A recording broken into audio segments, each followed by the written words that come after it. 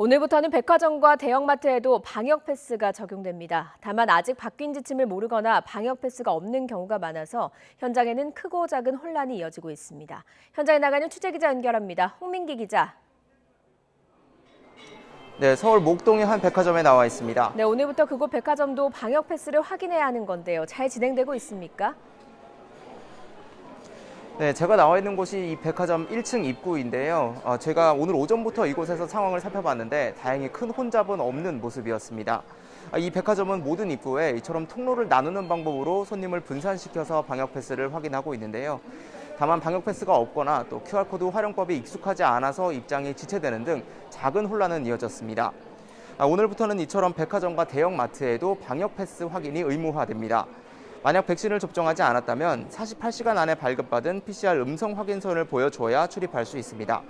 3,000제곱미터 이상 대형마트와 백화점, 쇼핑몰 등이 대상인데 전국에 2,300여 곳 정도가 해당합니다.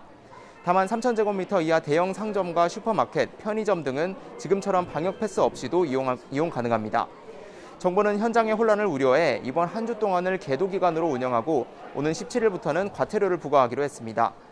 다만 이번 조치를 두고 기본권 침해라는 논란도 여전한데요. 백신 미접종자가 기본적인 생필품을 살 권리까지 제한하는 건 부당하다는 겁니다.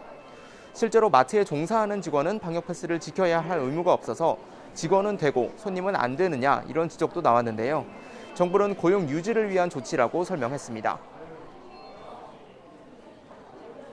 네, 식당과 카페 등 오늘부터 백신 접종 유효 기간도 확인해서 위반했을 경우에는 과태료를 부과하게 되는 거죠.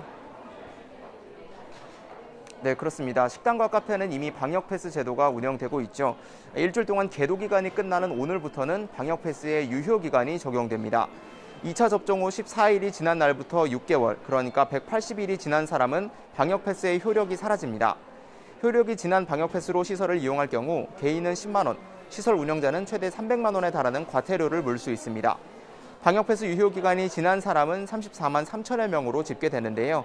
이럴 경우 백신을 추가 접종해야 유효 기간을 6개월 늘릴 수 있습니다. 지금까지 서울 목동에 있는 한 백화점에서 YTN 홍민기입니다.